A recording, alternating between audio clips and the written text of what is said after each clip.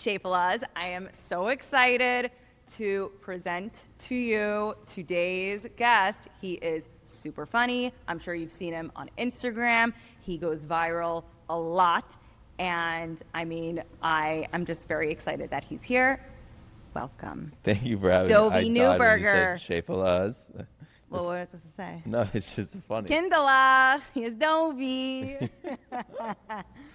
Okay, so Dovie, you live in the Upper West Side, and I just kind of like want to dive into current situation right now in the Upper West Side.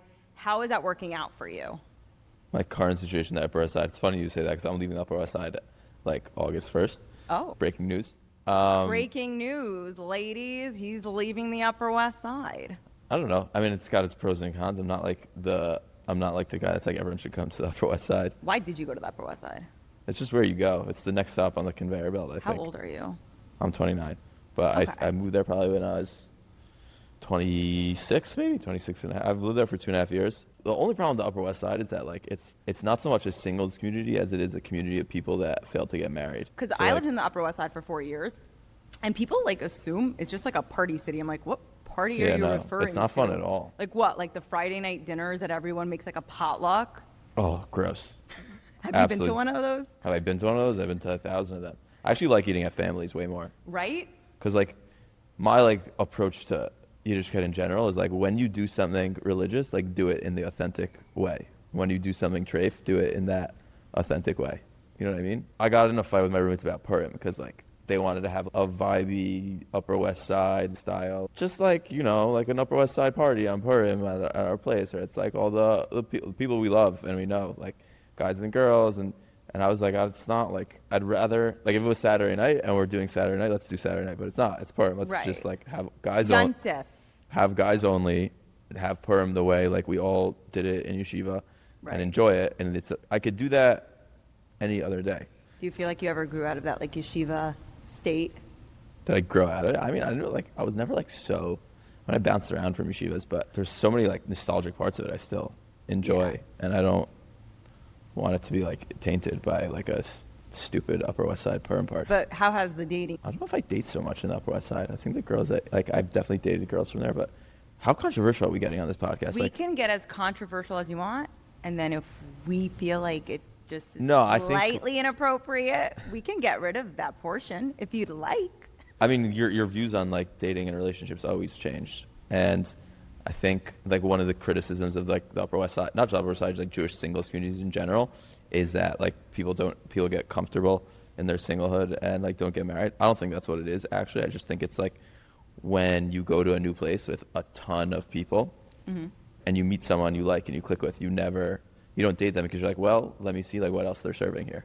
Right. And then you just like never end up like exploring any of those relationships in a genuine way, which is where like the Shidduch system, for all its flaws, is actually way better because you're in a controlled environment with one person and you're meeting to see if you should get married, and that either ends in marriage or ends in the relationship not working out, but then you move on to the next one. It's like much more conducive to getting married. It's not always conducive to like building the most enjoyable relationships. But Right. But how long have you lived in the Upper West Side for? like 2-3 years.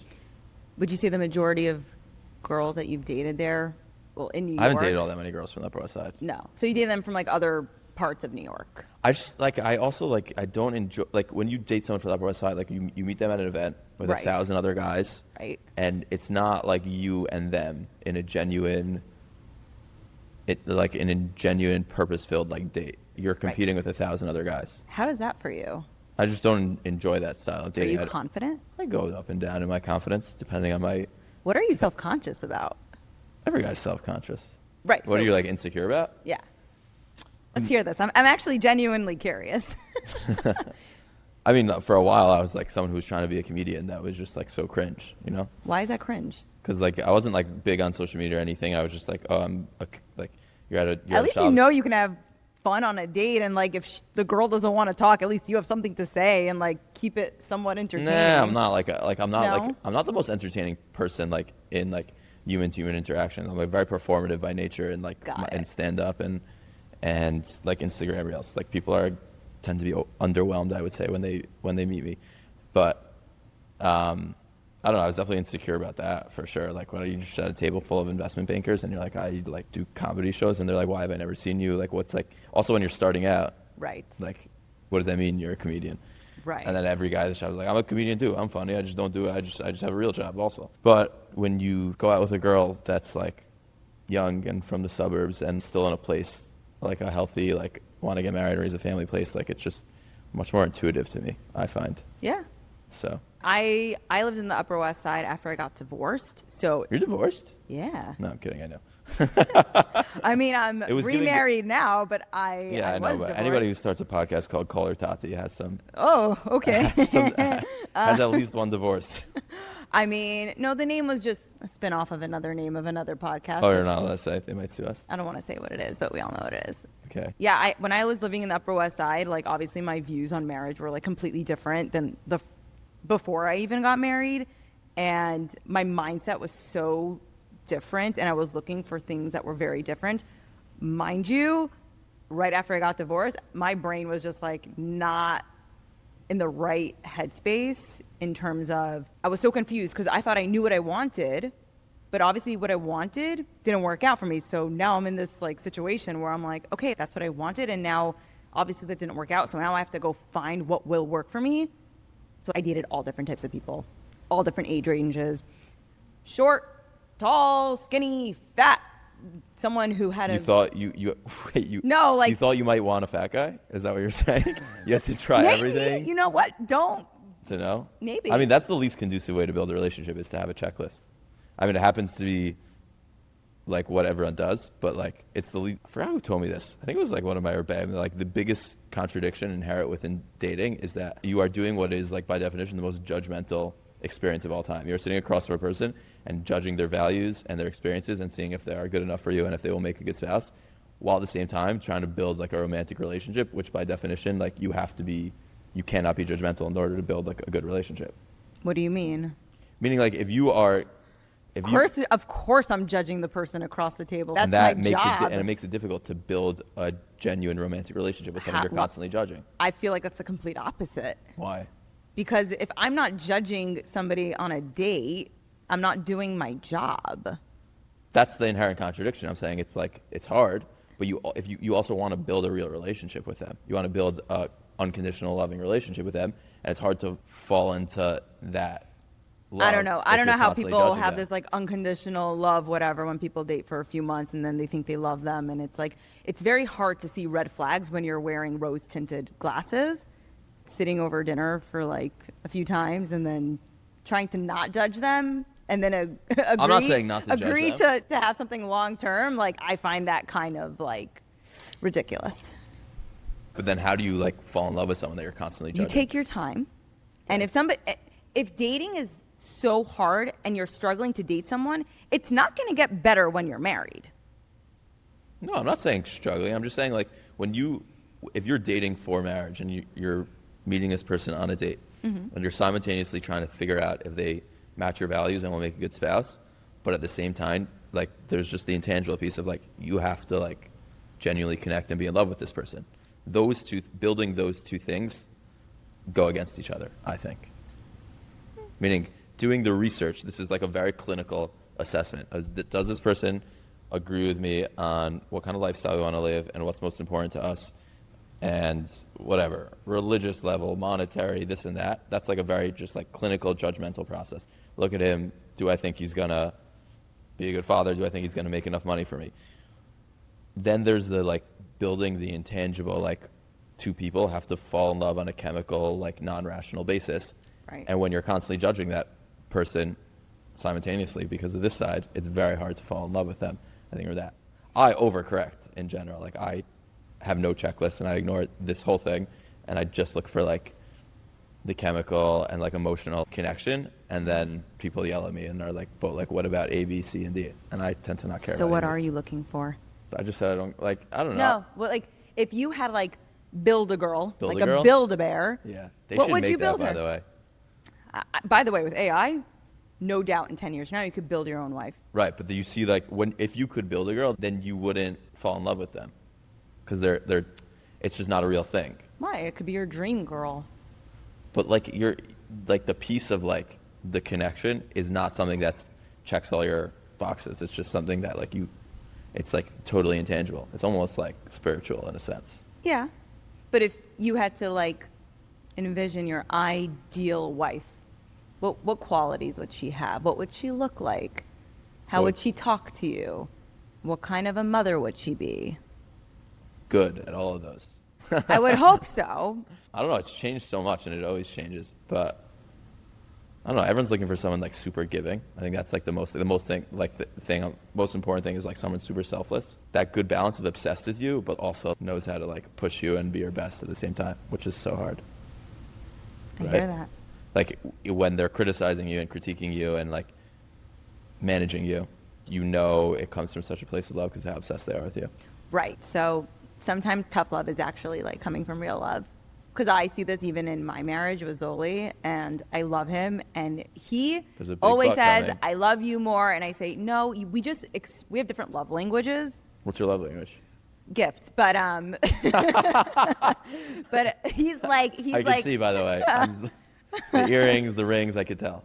Oh, no. It's this is like gifts. my own like situation probably before I even met him. But my love language is gifts, and not necessarily like a jewelry piece. It could be, I saw this like sweet treat at the market and I knew you were going to like it. I love candy. So if he finds like a new candy at the market and brings it home, like it doesn't have to be expensive. It just has to be meaningful. No. But my love language is definitely gifts, and his is words of affirmation. That's so funny.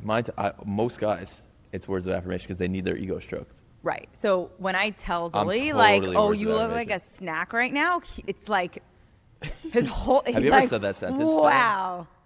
You'll say that? You look like a snack right now? I mean, I've said worse, but yeah.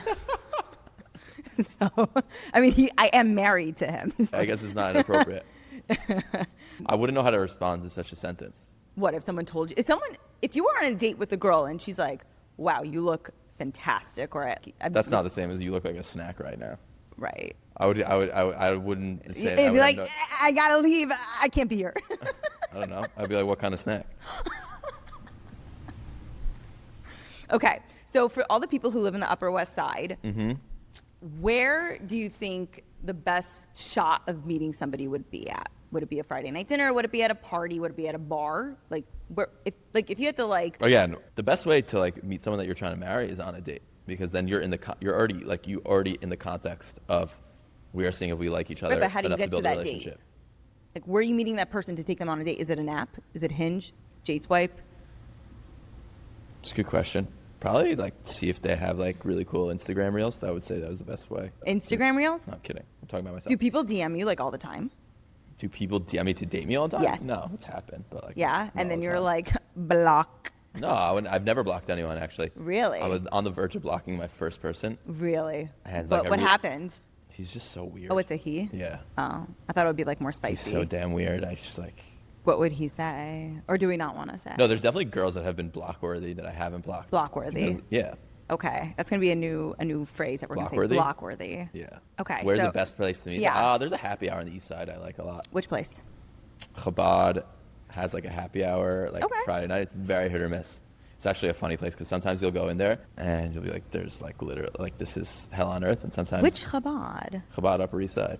I've only been to like Safra. I was living in the east side during Yeah, you're COVID. too fancy for me. That's why. No, because I was living on the east side during COVID, and then I went to Safra for like one Shabbos, and then nobody went to shul What do you mean? because it was COVID. Right. So I just like stayed home and like invited my friends over, and we just like. No, but ate. I do believe like if you're like honestly probably the best way to meet someone is not in those contexts.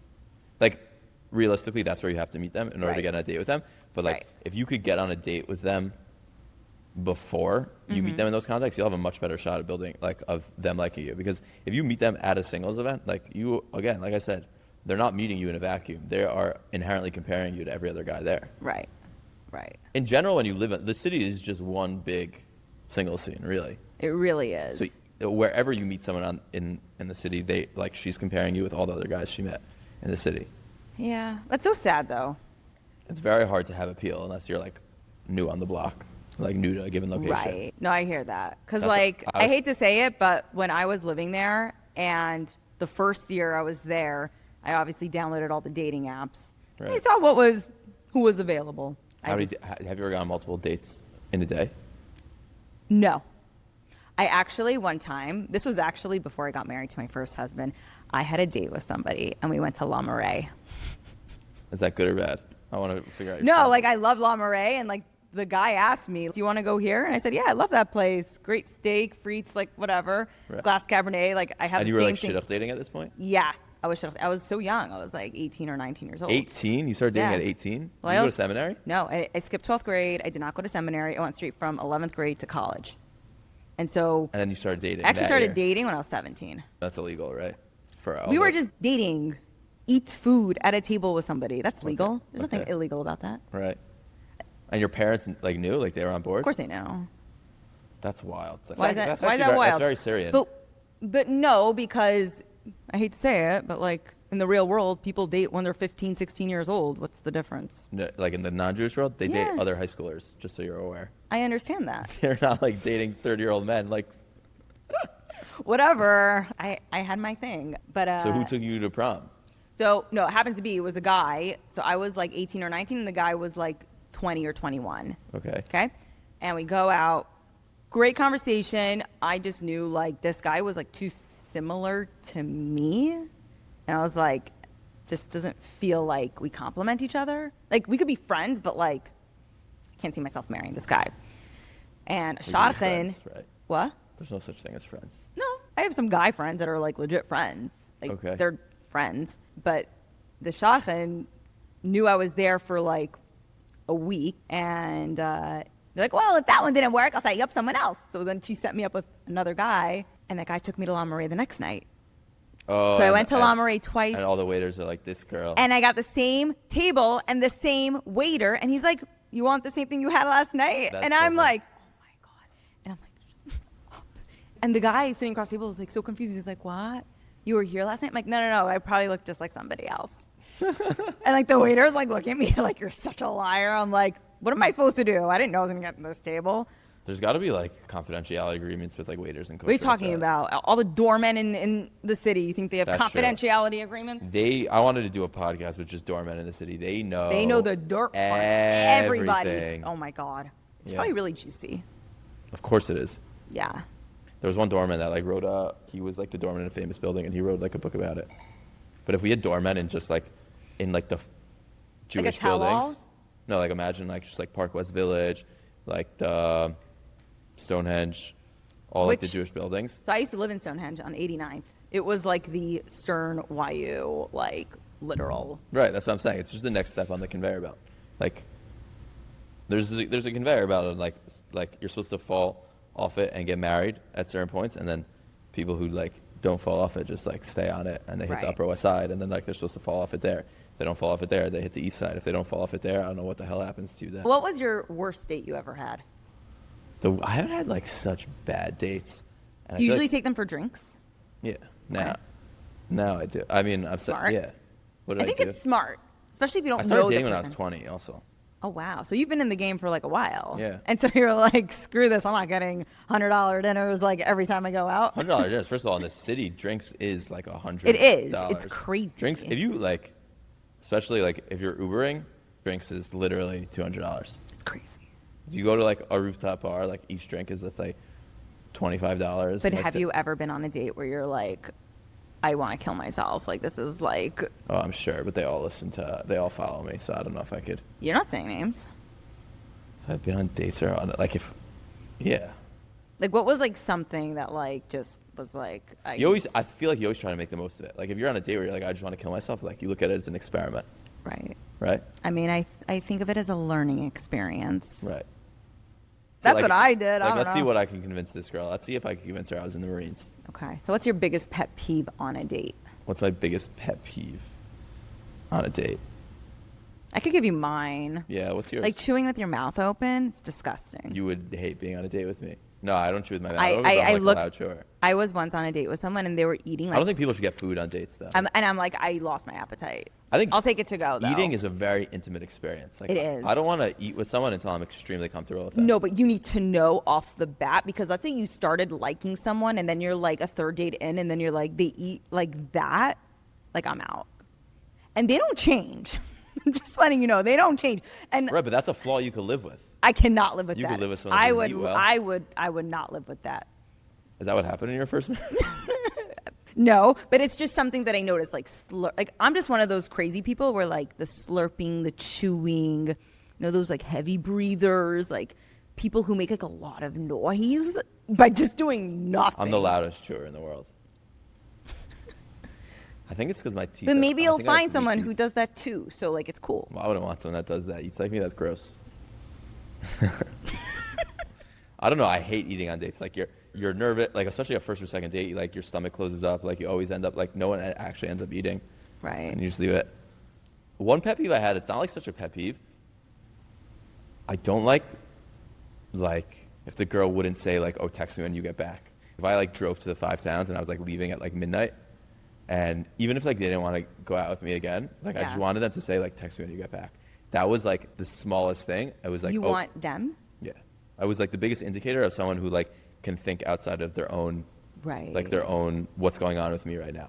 Right. Someone who doesn't say that like is not thinking there's another person to this that came out to take me out, paid for everything, and has another hour drive back to the city right now. Right. That was like always a big thing for me. I don't know why, but that was always like something that bothered me. Do you ever work with shadchanim to set you up, or you're like, yeah, for sure. Yeah. What was like the funniest thing a shadchan ever said to you? The funniest thing a shadchan ever said to me. Oh, there's got to be good ones. I wish I had these questions in advance. I know. Well, I have like a whole routine on it. I can't like spill my material now. Okay. But. Well, didn't you have a routine on me and my husband? I did have a routine on you and Zali about the shadchan, like the shadchan Ponzi scam. Yeah. That because you guys got set up by the same shadchan. Yeah. On your first marriages. Yeah. So I think that guy is a genius. He had 4 couples. 3. No, I'm saying he had 4 people, and he knew that you and Zali are supposed to marry each other, but he's like, if I put them together, I'll only get 1 commission. I could do it this way. I'll get 2 commissions today and 1 in 4 years from now. And he did that. I call him PD. I don't know if he was paid on the last commission. He wasn't? I don't know. I don't remember. Why wouldn't you pay Whatever. him? He should have given me a refund with the first one. So I think, you know what I think there should be? Like a renewal agreement in marriages where like you renew every 5 to 10 years. But then you would have to pay him a new commission every 5 to 10 years.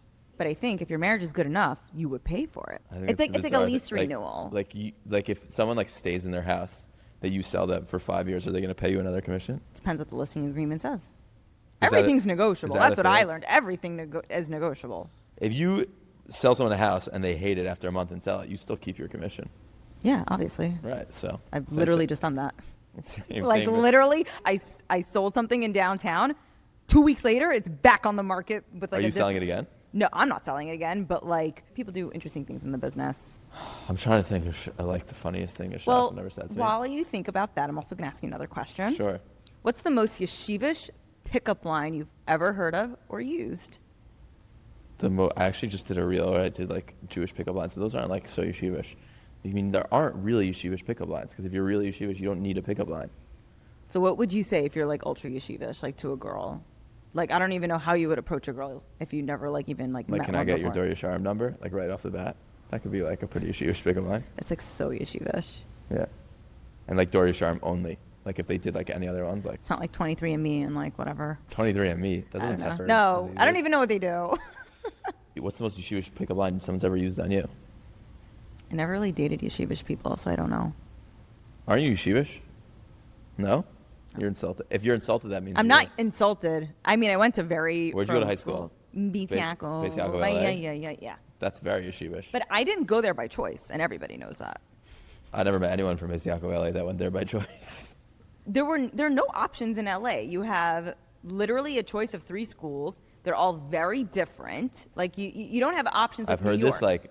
I've heard this exact like justification for someone going to Beis Yaakov, LA 150 times in my life. So have you dated girls from LA? Yeah, for sure. Okay, I feel like that would be your vibe. Like out of town but cool. I feel like I wouldn't be their vibe, but yeah. Why not? I don't know how many Hancock Park families are looking for like a comedian son-in-law. Depends. Everyone looks for their own thing. I mean, listen, if people just prioritizing having someone like funny or like they don't really care about anything else. Find me that family that's like, oh, we just want a funny guy. Send me a Like, resume. I'm gonna find you a Don't even care like if he makes money. Like, yeah, find me that LA family. I dare you. Okay, I probably could. No, you can't. Whatever, we'll figure it out. Maybe in the valley. Oh, gross. Valley? Why? Oh, don't give me that. Like, you grew up in Hancock Wire. You definitely looked down on the valley. Literally, people used to ask me, "Are you from the valley?" I'm like, but valley girls do have like an accent. They're very like singy, songy. Oh my god. Not Jewish valley girls. I don't know. I remember something funny Shadchan said. It wasn't the worst, but like I remember like when I told her like I thought a girl was stupid, and she's like, and like I didn't want to go out with her again. And she's like, listen, like you're not looking for a chavrusa. Like they don't have to be like. And I'm like, trust me, I know I'm not looking for a chavrusa because I would never show up to our marriage then. I've heard a lot of shadchanim, like they want to describe people, like obviously in the most That's the biggest problem with respectful shadchanim manner. Is that they only use adjectives and they won't actually say facts. So they'll use, which are adjectives are so inherently like relative, like telling me an adjective like from or cool or like it doesn't mean anything. It only means anything in relative to like something else. Like I think shadchanim should only be allowed to say facts. She wears X, right? She goes to this concert. She like if you say she's cool, she's chill, it doesn't mean anything to me.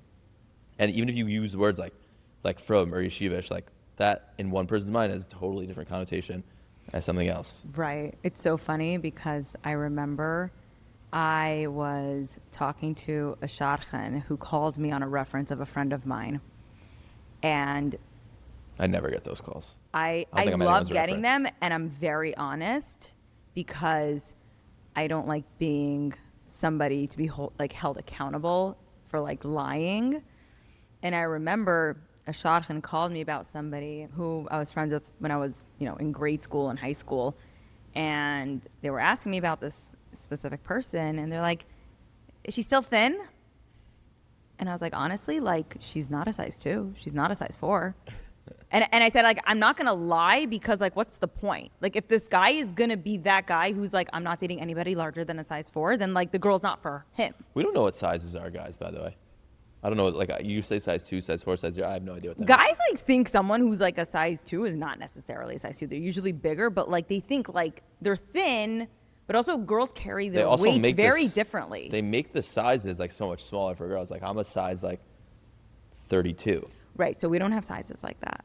Right. Well, it depends. Like, for women, like, jeans, it's, like, 25, 26, 27. I don't know. I guess it's, like, the waist size. Right, that's the inches around your waist. Right. So it's, like, more So, I mean, it usually goes by, like, dress size for women. So dress size is literally the full shebang. So it's, like, 2, 4, 6, 8. But we're all proportionately different. So, like, just because someone buys a size 6 dress doesn't mean that they're actually size 6. So it's not really cut and clear.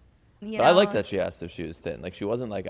Well, some people have a preference, and if you're going to marry somebody and wake up to them every single day for the rest of your life, you should want to enjoy what you're looking at.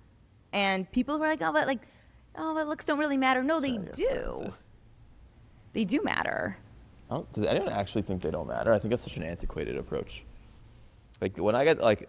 I mean, they don't solve your problems, and they don't pay your bills. Of course not, but when I like start like listening to a speech, like when someone starts telling you like, well, the thing about looks, it fades, and this and that, like I get it. Like I've had this conversation a million times, but like if you're like still trying to convince me like not to care about looks, like you live in like 1965. It's just like not a thing anymore. Right. And that could be better or worse, and our world is like messed up because of social media and all these things. Like granted, but like you're not like changing that. Right. But I also do think that I forgot which comedian said this, but he had a bit on dating people. They're the floor model.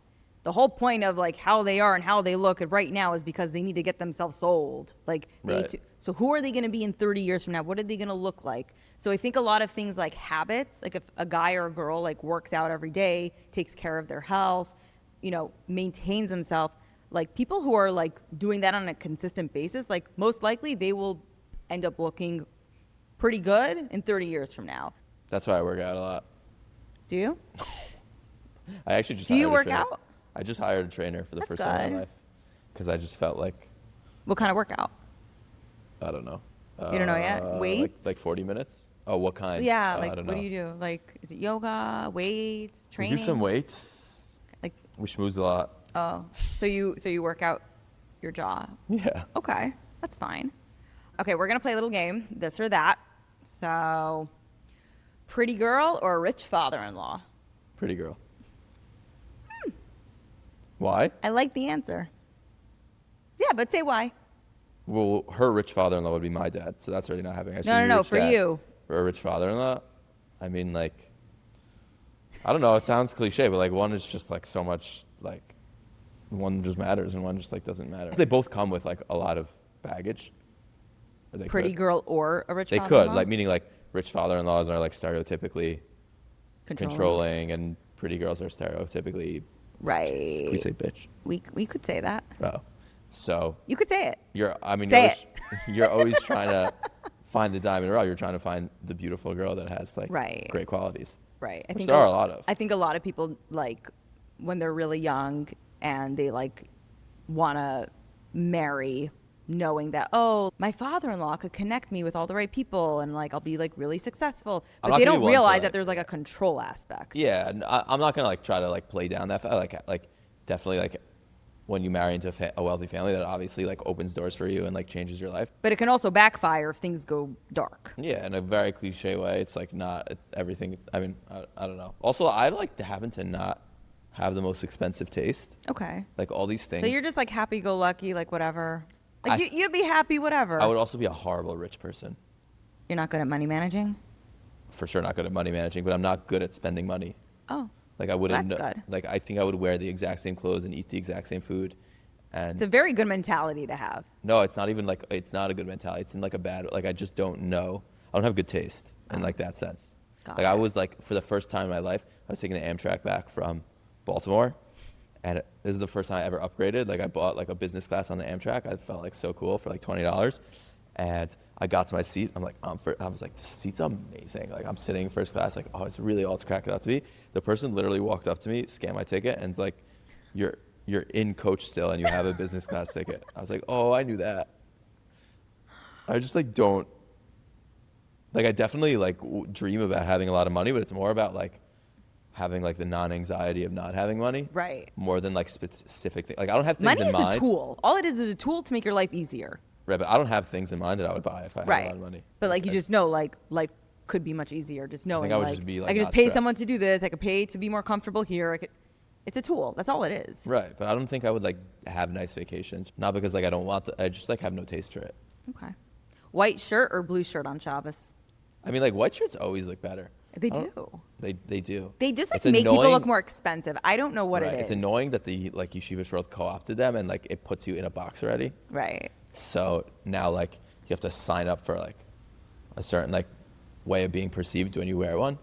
But I don't know, definitely not blue shirts. I think like a blue button-down shirt is like Too, either what everyday. I'd rather It's just like white. vachadik. It's very like It's like if I'm not wearing a white shirt on Shabbos, I'm just like wearing a t-shirt. you're wearing polo shirt, right? Right, exactly. Polo. What a white polo. Shabbos play clothes. Especially when you're in Florida on Shabbos. Wear white polo. Here, no one wears any Shabbos clothes. I haven't seen a suit here on Shabbos. Really? Yeah. I don't know. There are a few people who come to my shul who like wear a suit. Like a suit and tie in suit. Florida. It's diagnosed. And they want to look dapper. That's like that's the vibe. It's like that dapper. I like nice. Like I like a nice. They have double style. breasted That's what it suit. is. They just have style. Right. Okay. Pesach program or renting a house in Orlando? Oh, renting a house, clear dick. Yeah. Yeah, for sure. Everyone on a Pesach program is in a bad mood. Because they're always kvetching. Like, nothing's ever good I went on enough. 3 Pesach programs this year. Everyone was like, from the moment Wait, you had a Pesach program? I was on 3 programs. Oh, wow. And, okay. and a house in Orlando. Right. Everyone on programs is just like, what the hell am I doing with my kids? Like, it's just a marathon. It's the same marathon. Right. From 6 a.m.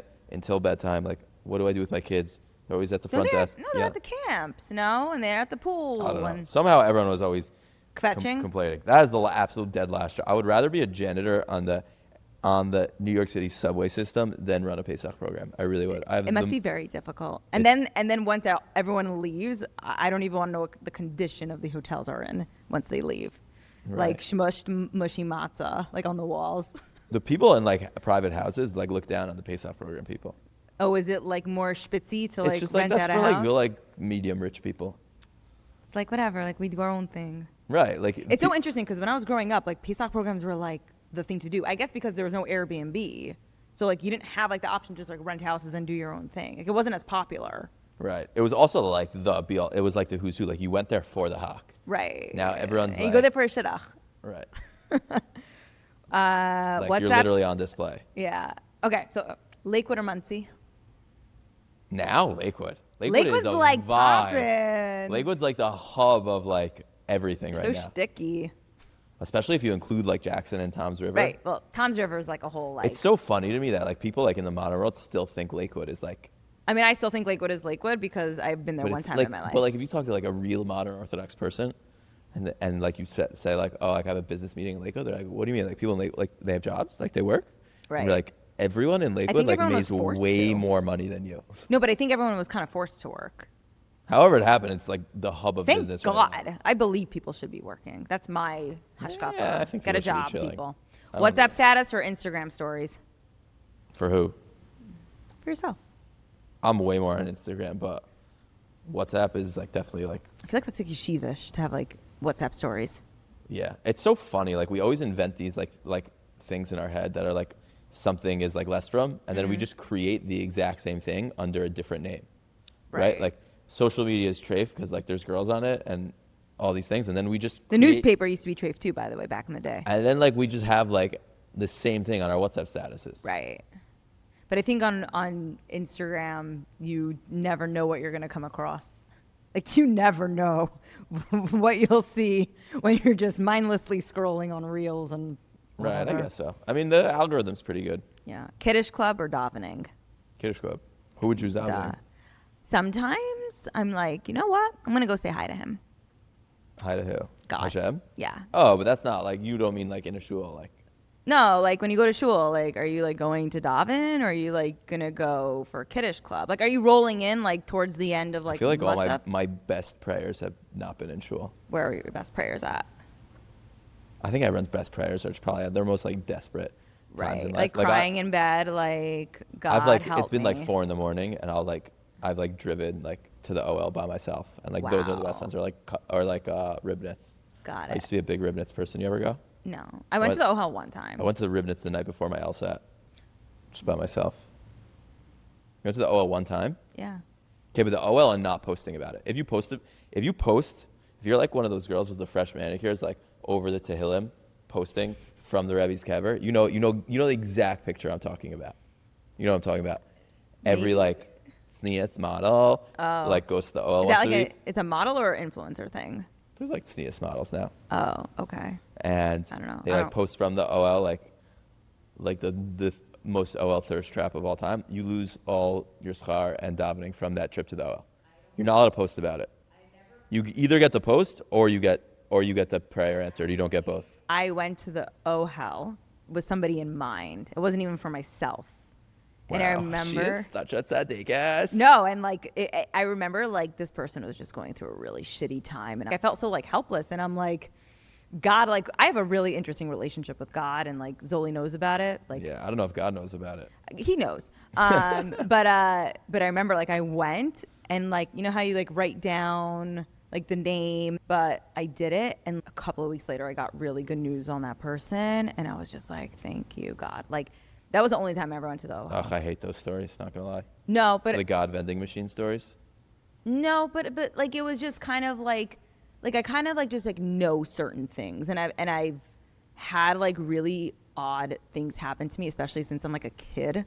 Like like this is like a really dark story, but I remember when I was in elementary school, I must have been like in 5th grade. I woke up one morning, and the first thought that came to my mind was like, I'm going to a funeral this morning. Like I know this specific person died, not someone old.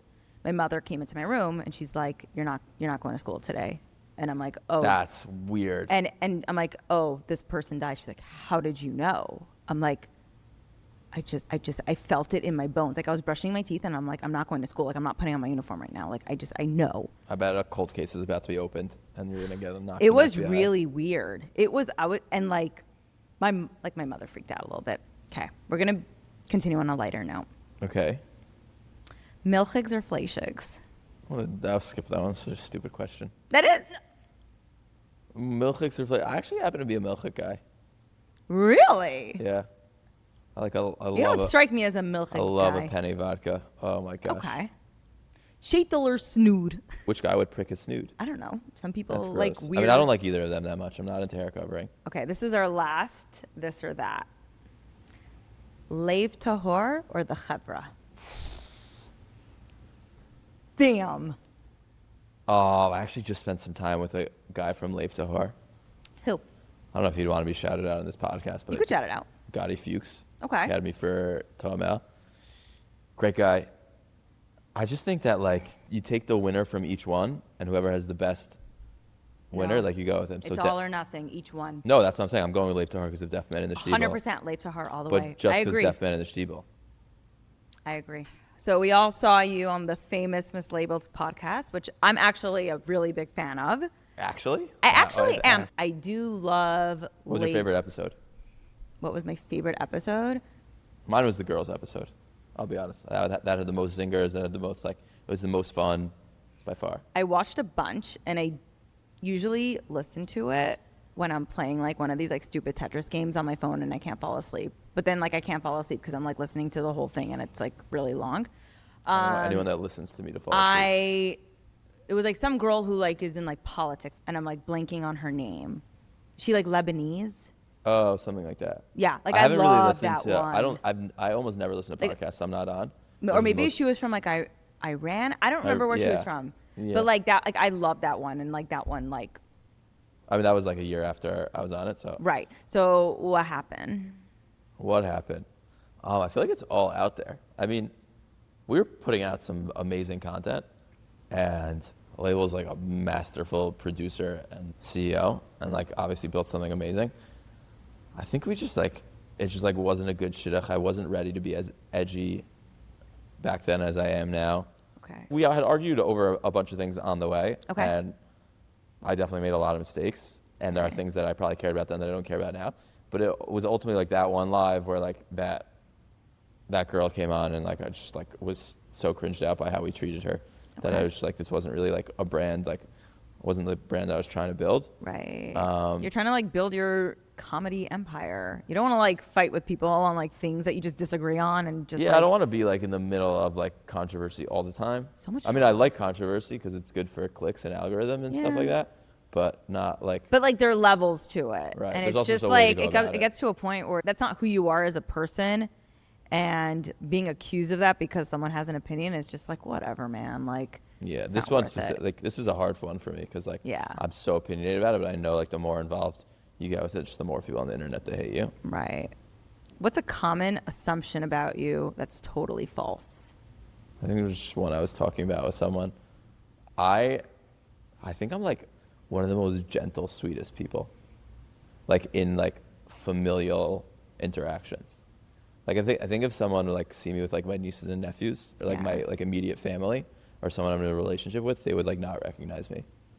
And it's not like something I could be. Sometimes I think I have this like persona of like I don't care about anything, and I'm like I think like deeply emotional, and I just like don't think it's for the whole world, and I don't think it's for social I media. think it's good for you to just keep to yourself and like whoever your future partner will be.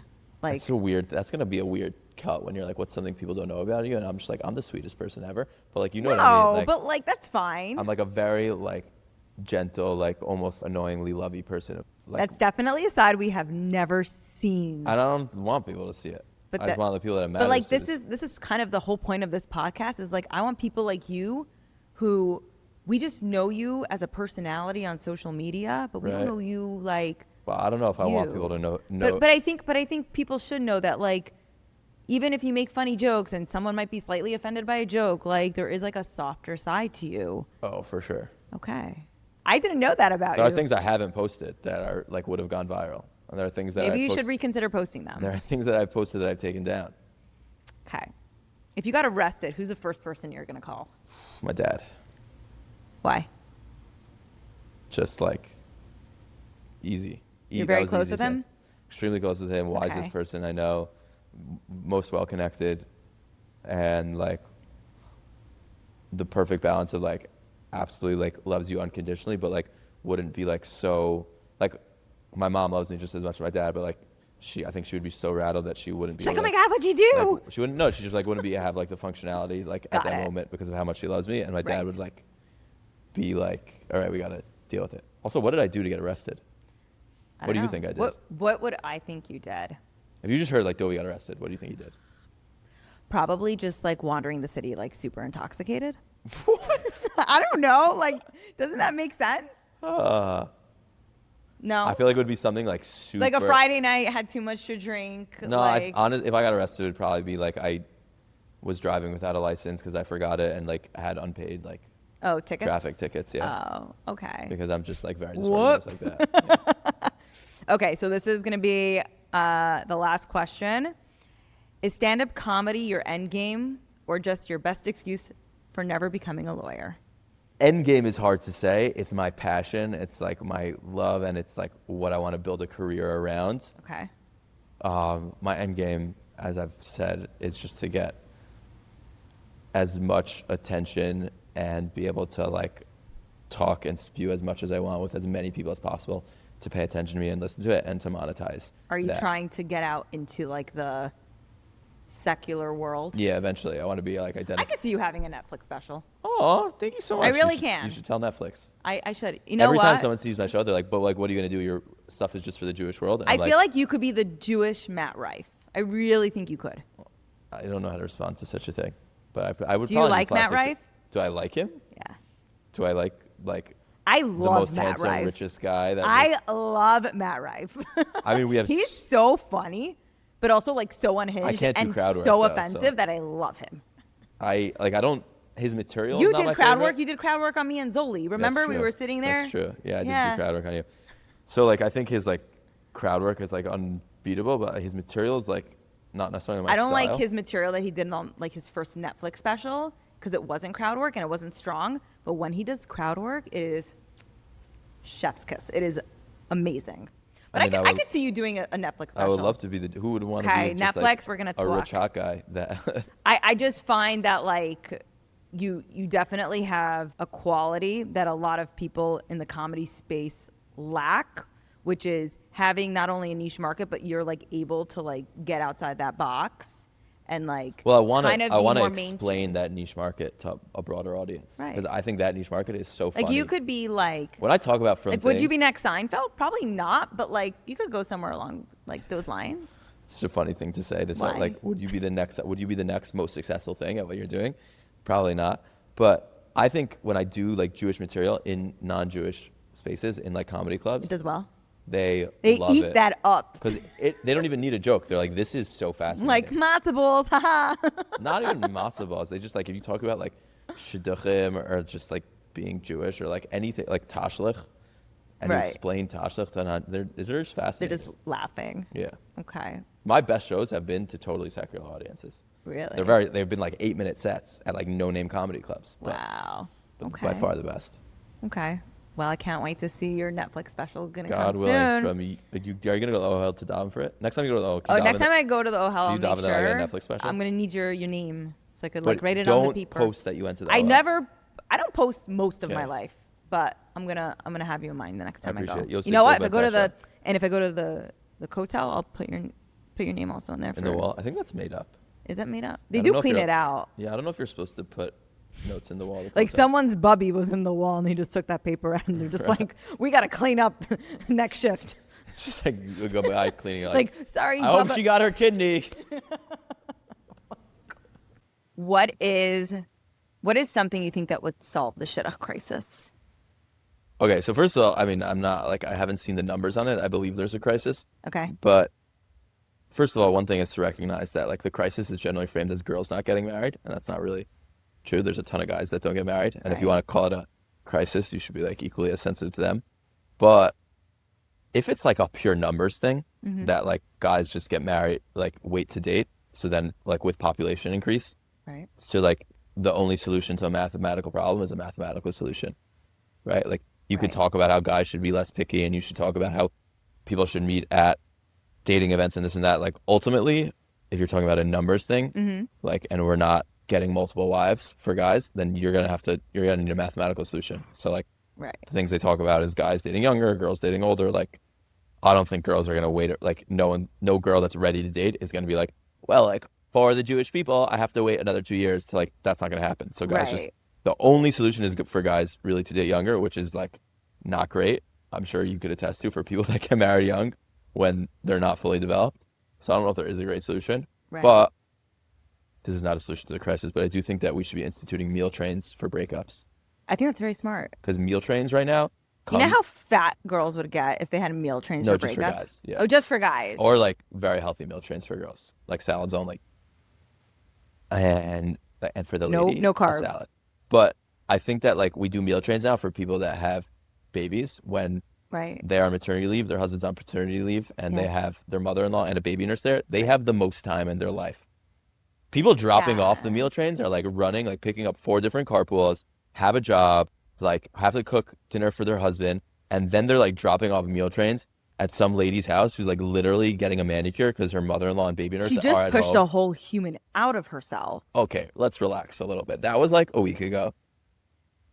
Now she's at the mall getting a facial, and some lady with a full schedule is dropping off a penny vodka with like Moroccan but they're not making the meal just for them. They just make extra. So like they're making dinner anyway. No. You should see my reel on meal. That's not true. Oh, really? Yeah, you never. I did a meal train before, but I just made more than what I was making for dinner. Anybody who's ever growing up in a house that's mom did meal trains, anytime you got home and saw an amazing dinner, you'd be like, oh, amazing. Like, it's not for you. It's for the Shiva house. It's true. So they're not just making extra. The meal train, like I said in the reel, the meals they make for the meal train, they would never give their own kids. Right. Have you ever gotten compliments on your hair? Never. What? No, really? You've gotten compliments like on a date, like, wow, you have like the best hair? The best? I don't think anyone's ever said like. I think you have really good hair. Thank you. And I want to make sure you go home. Are they paying for this episode, whatever you're about to give me? No. Okay. So we're not showing the names. Brand? But I originally wanted to get you like a personalized brush, but I didn't have enough time. Is this for me? This is for you. Wait, let me open it. This is a brush set. So you have one for travel, you have a comb, you have a bigger paddle one. So you have all these little brushes. These are great. The wooden ones. Yeah. Okay, you should know something about, I forgot which way I brush. I go this way? Yeah, You do like this, yeah. Right. I feel like you should be like doing a Pantene commercial. So.